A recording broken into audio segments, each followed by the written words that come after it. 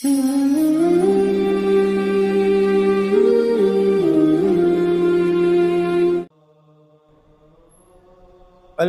لله نحمده ونستعينه ونستغفره ونؤمن به ونتوكل عليه ونعوذ بالله من شرور أنفسنا ومن سيئات أعمالنا من يهده الله فلا مضل له ومن يضلله فلا هادي له ونشهد أن لا إله إلا الله وحده لا شريك له ونشهد أن سيدنا وسندنا وهادينا ومرشدنا وقائدنا وإمامنا وإمام أنبيائنا محمدا عبده ورسوله الذي أرسل بالحق بشيرا ونذيرا وداعيا إلى الله بإذنه وسراجا منيرا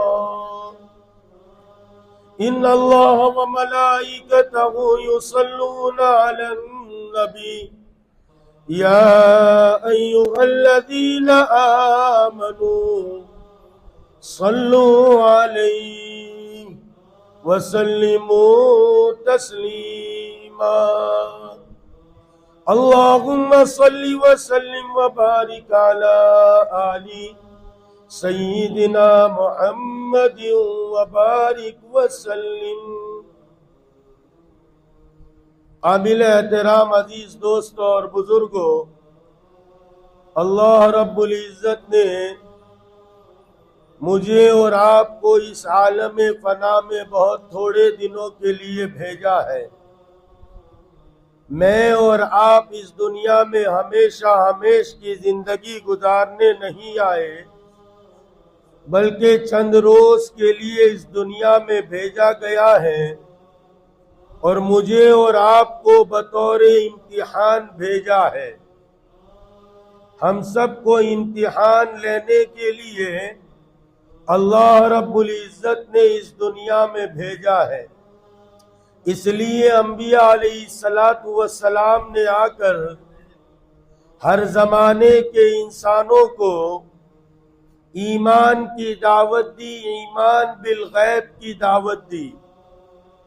اس امت کو بھی محمد الرسول اللہ صلی اللہ علیہ وسلم نے پہلے ہی دن سے غیب کے اوپر اٹھایا تھا کہ اللہ رب العزت کی عالی ذات کو پہچانے اور اس کے تمام تر وعدوں پر جو ہے وہ پورے طور پر انسانیت جو ہے وہ یقین کرے.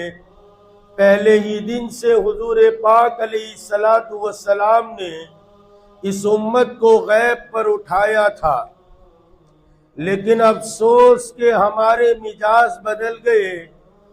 ہم نے اپنے آپ کو حضور پاک علیہ السلام کی زندگی سے بہت دور کر لیا. ایک محنت جو حضور پاک علیہ السلام انسانوں کو دے کر گئے تھے اپنے دلوں کے بنانے کی، ہم نے اس محنت سے اپنے آپ کو دور کیا.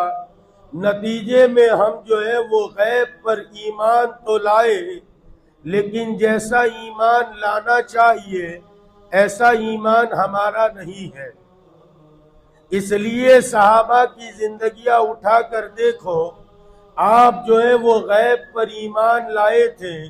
میں نے اور آپ نے بھی کلمہ پڑھا ہے اور میں اور آپ بھی کہتے ہیں آمنت باللہ وملائکتی وکتبہ ورسلہ والیوم الآخر ایمان لایا اللہ رب العزت پر،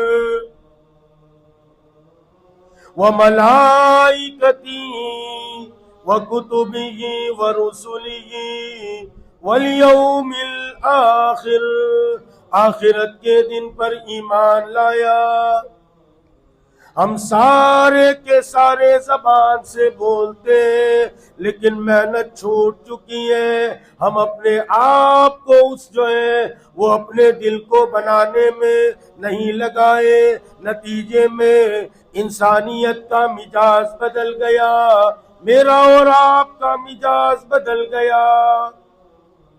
ہمارا مزاج تو یہ ہے، کوئی مصیبت آ جائے مالی اور کوئی مالی تکلیف آ جائے، اجی ایک دکان سے مصیبت ہے، ایک دوسری دکان شروع کر دو۔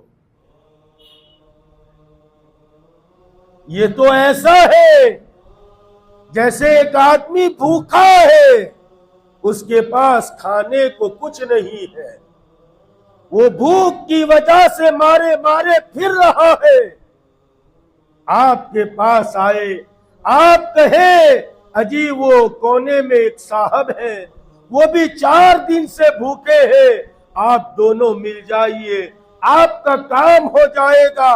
وہ بھوکا کہے گا ارے بھائی میرے لیے تو اپنی ہی بھوک بس تھی، میرے لیے تو اپنی ہی بھوک کافی تھی کہ مجھے کوئی آدھی روٹی مل جاتی، میں اپنے حلق کو تر کر لیتا، اب وہ بھی بھوکا میں بھی بھوکا۔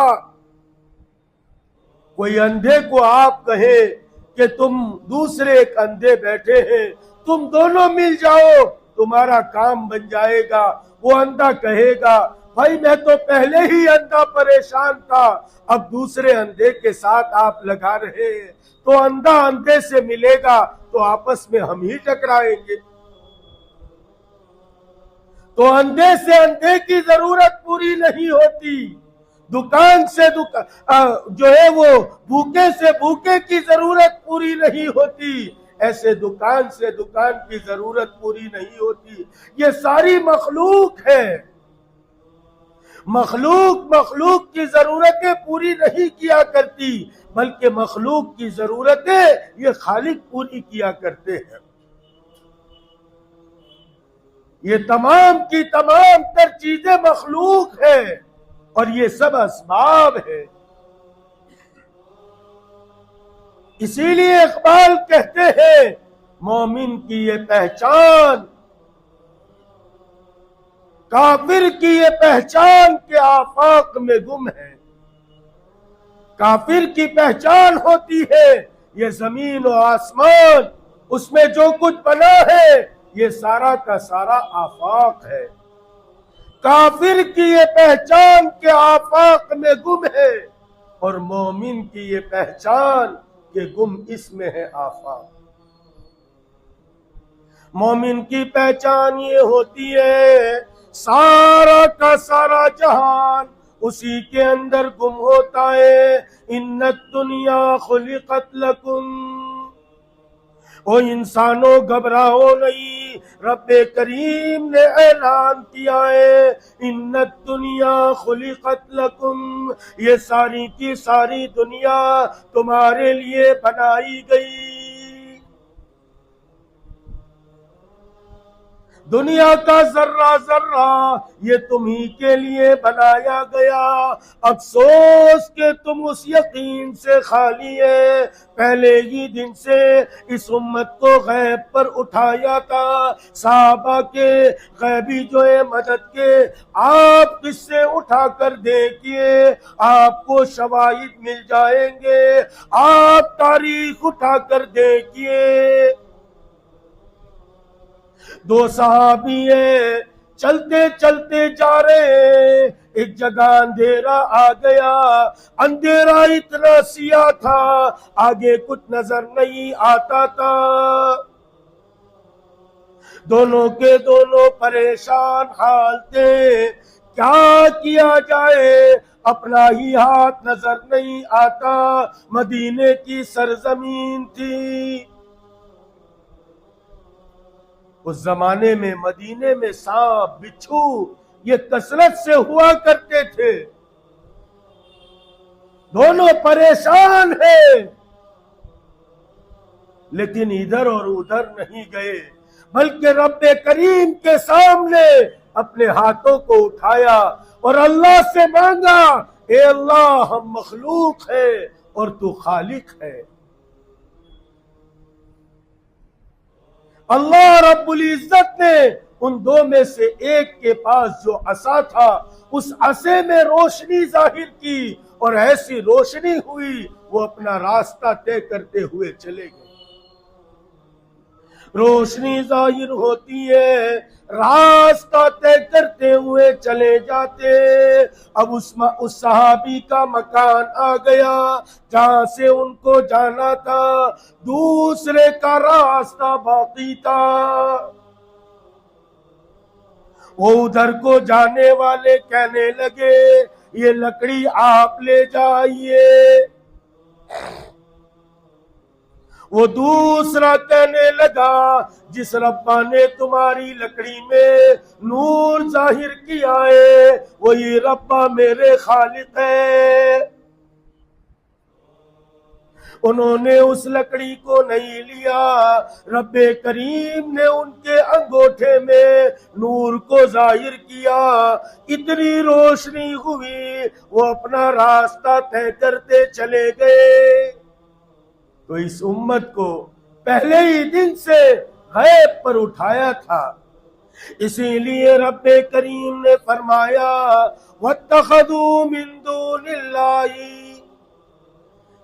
تم میں سے جو کوئی بھی آلہتن اللہ کے علاوہ کسی اور رب کو پکارتا ہے اور مخلوق کو رب مانتا ہے, کافر بننے کے لیے ہلدی لگانے کی ضرورت نہیں, ارے چوٹی رکھنے کی ضرورت نہیں, ٹیلا اور ٹیکا لگانے کی ضرورت نہیں. جس کو اللہ کے غیر سے زندگی کے بننے کا یقین ہے وہ کافر ہے. ارے کبھی دیکھا آپ نے آپ کے یہاں کوا ہل بیل لے کر نکلا ہو؟ ارے کوے صاحب تم ہل بیل لے کر نکلے ہو, کیا بات ہے؟ کیا کرے, پیٹ لگایا ہے تو کھیتی کرنی پڑتی. ارے کبھی دیکھا آپ نے کسی جنگل میں شیر اینڈ سنس, شیر اور اس کے بیٹے کی دکان, کیا کر رہے؟ آپ برتن بیچ رہے. ارے شیر صاحب آپ برتن بیچتے, کیا کرے پیٹ لگایا ہے دھندا کرنا پڑتا ہے. ارے کبھی دیکھا ہاتھی اینڈ برادرز, ہاتھی اور اس کے بھائی کی دکان, کیا کر رہے؟ کپڑا بیچ رہے, بیچے لو مال پاچھو لیوا ماؤ سے.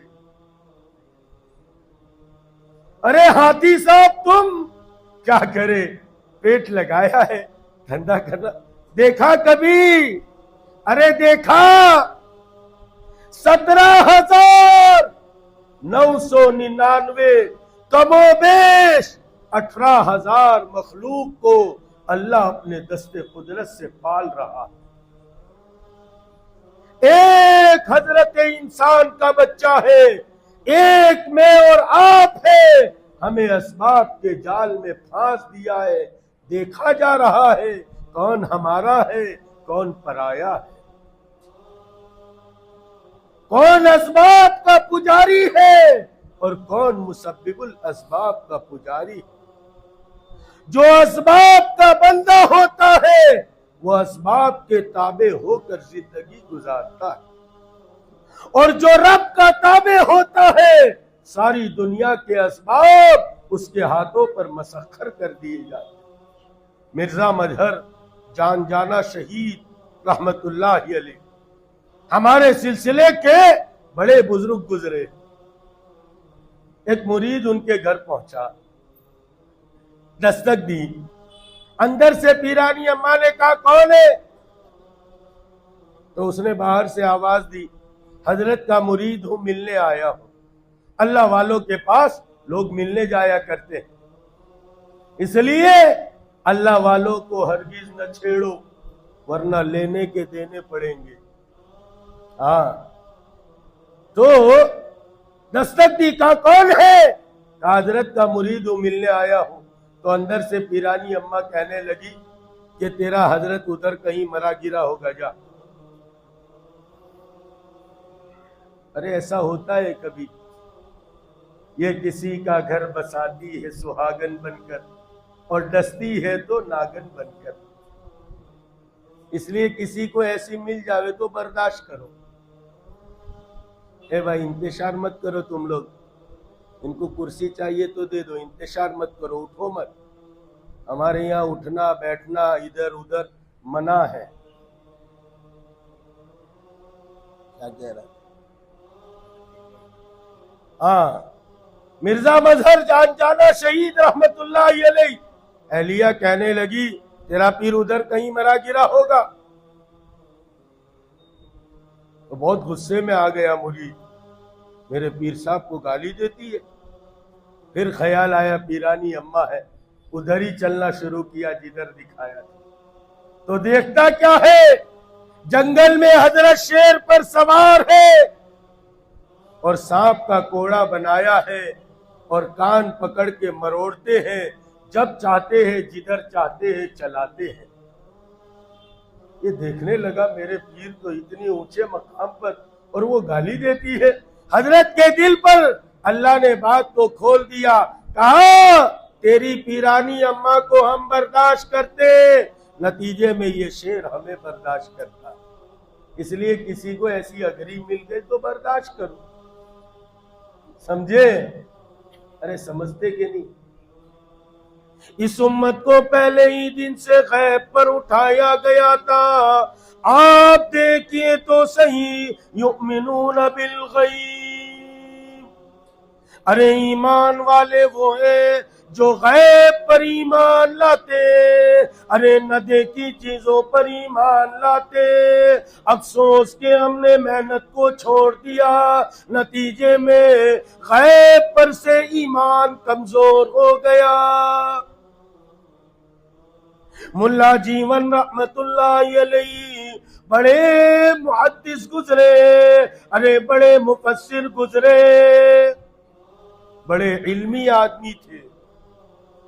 مدینے میں جا کر مجاور ہوئے اور وہاں روضہ رسول پر اپنے آپ کو جب جو ہے وہ رکھا، اس وقت آپ کے پاس کوئی کتاب نہیں تھی.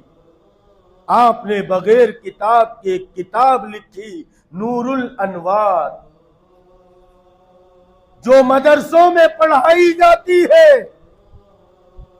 ایسے علمی آدمی تھے اور بڑے عالم تھے. اکبر کا زمانہ تھا، جو بھی فتویٰ پوچھا جاتا ملا جیون کی اس میں دستخط کی جاتی. ایک مرتبہ اکبر کو خیال آیا کہ میں تو بادشاہ ہوں، میرے لیے ریشم پہننا جائز ہونا چاہیے. اس نے جو ہے وہ سارے علماء کو جمع کیا.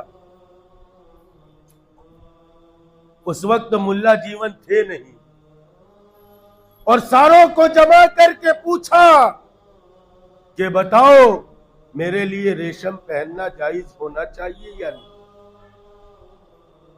تو ایک ہوتے ہیں اولیاء الرحمن، ایک ہوتے ہیں اولیاء الشیطان.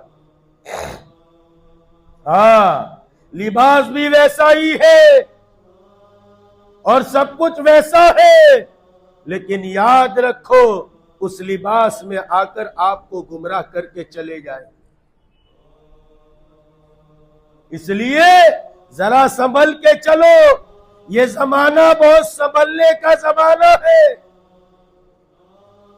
بہت شوق مت رکھو اور ہر کس و ناکس کو سننے والا نہ رکھو. یہ جو موبائل کی دنیا نے فتنہ پھیلایا ہے کہ اس کو بھی سنا اس کو بھی سنا، اجی لوگوں ان سب کا تو کام ہے اپنا پاخانہ اپنی ضرورت کی وجہ سے نکال دینا، لیکن تم بے وقوف ہو کہ ان کے پاخانوں کو اٹھا لیتے ہو. میری بات نہیں سمجھو گے، آتے رہو ہمارے پاس، اس لیے کہ اس وقت سب سے بڑا فتنہ ہم سب کے ایمان پر ڈاکہ ڈالا جا رہا ہے۔ ایمان کس کو کہتے ہیں؟ ہم کیا سمجھتے ہیں؟ لا الہ الا اللہ کہنا ایمان ہے، زبان سے کہہ بھی دیا لا الہ تو کیا حاصل، دل و نگاہ مسلمان نہیں تو کچھ بھی نہیں۔ دل بھی مسلمان ہونا چاہیے، نگاہیں بھی مسلمان ہونی چاہیے۔ مسلمان کا دیکھنا یہ ایمان کو جو ہے وہ ظاہر کرتا ہو، مسلمان کا دل یہ ایمانی دل ہو، اس کے دل میں دنیا کے غموم اور دنیا کے ہموم ہے، تو یہ ایمان والے کا دل کہاں سے ہو سکتا ہے؟ ہمیں تو پہلے ہی دن سے غیب پر اٹھایا تھا، ملا جیون کا زمانہ ہے، اکبر بڑا تیش میں آیا، سارے علماء کو جمع کیا اور کہنے لگا ارے ریشم میں پہن سکتا ہوں یا نہیں؟ تو بہت سارے دنیا دار ہوتے ہیں، دنیا داروں کو پیچھے دم ہلا کے چلتے ہیں، لیکن وہیں کچھ اولیاء الرحمن ہوتے ہیں۔ یہ دنیا اور دنیا کی چیزیں ان کے نزدیک کوئی حیثیت نہیں رکھتی، یہ دنیا اور دنیا داروں کی حیثیتیں ان کے سامنے کوئی حیثیت نہیں رکھتی۔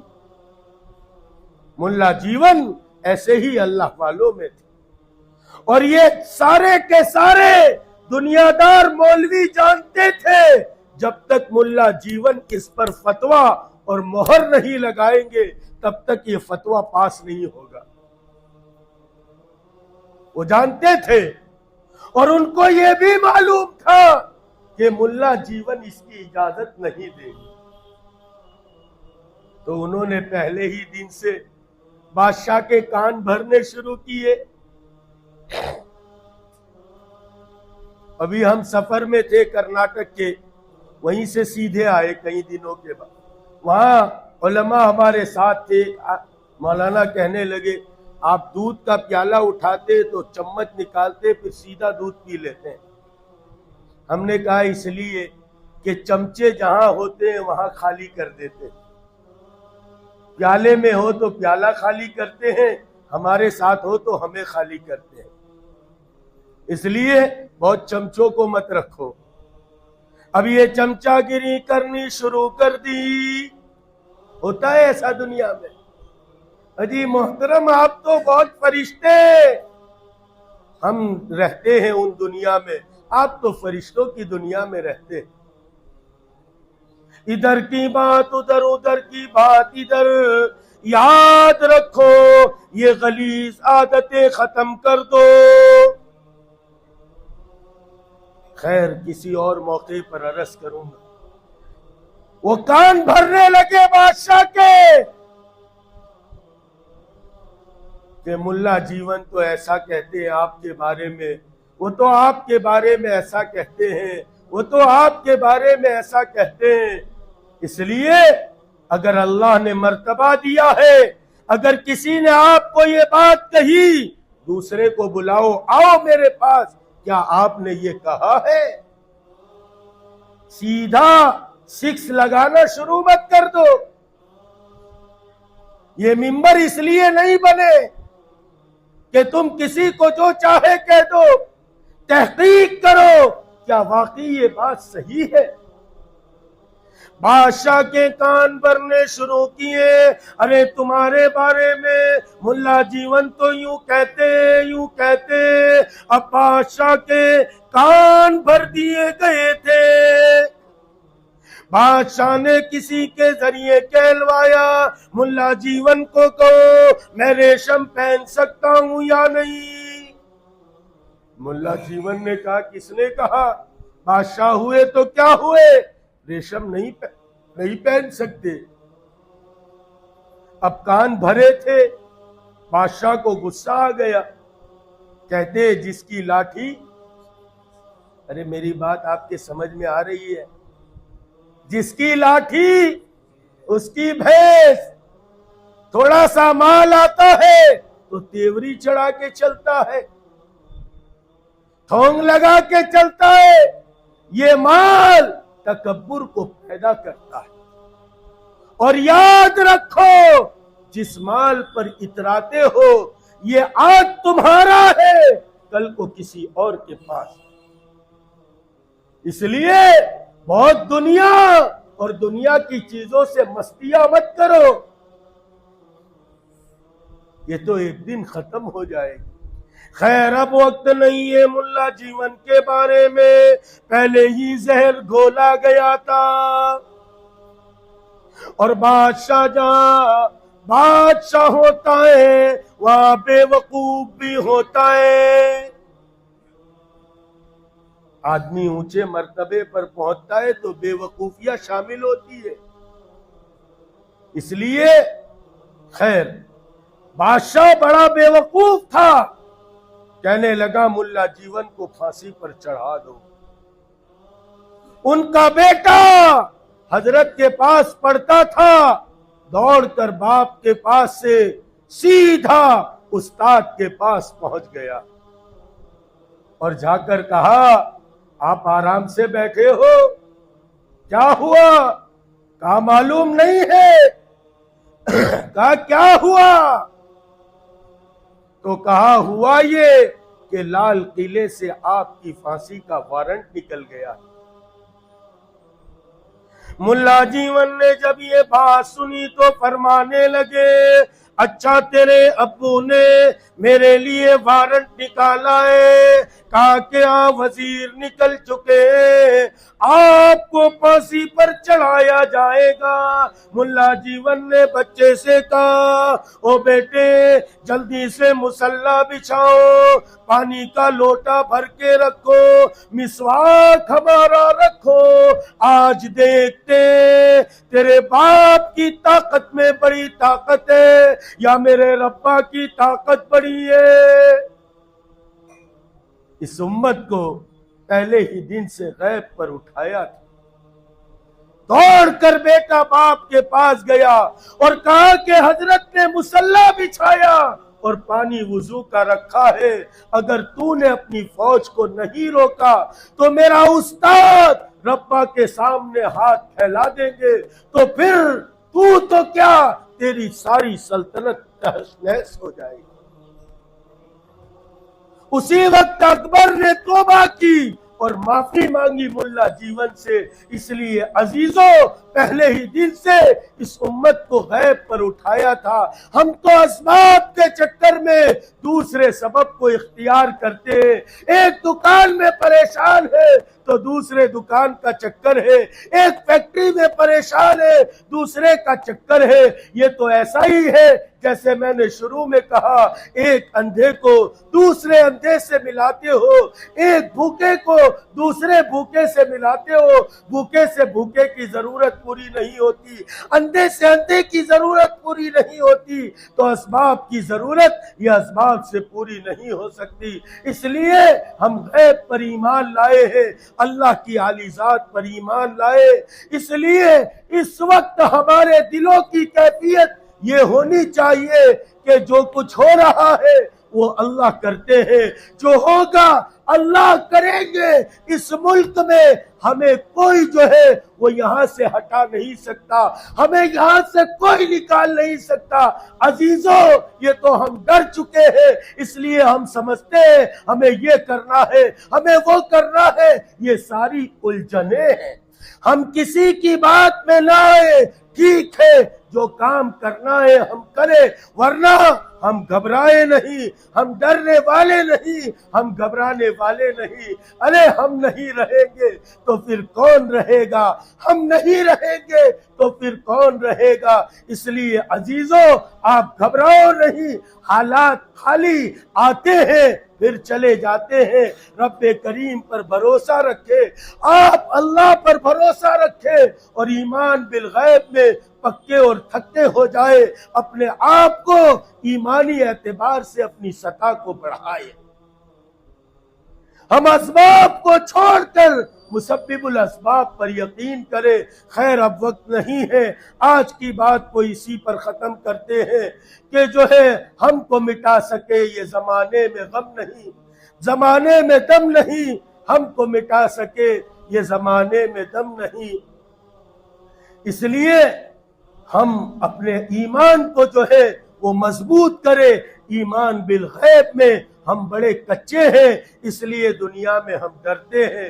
یقین کی بنیاد مضبوط کرے۔ اللہ مجھے آپ کو عمل کی توفیق عطا فرمائے۔ وآخر دعوانا ان الحمدللہ۔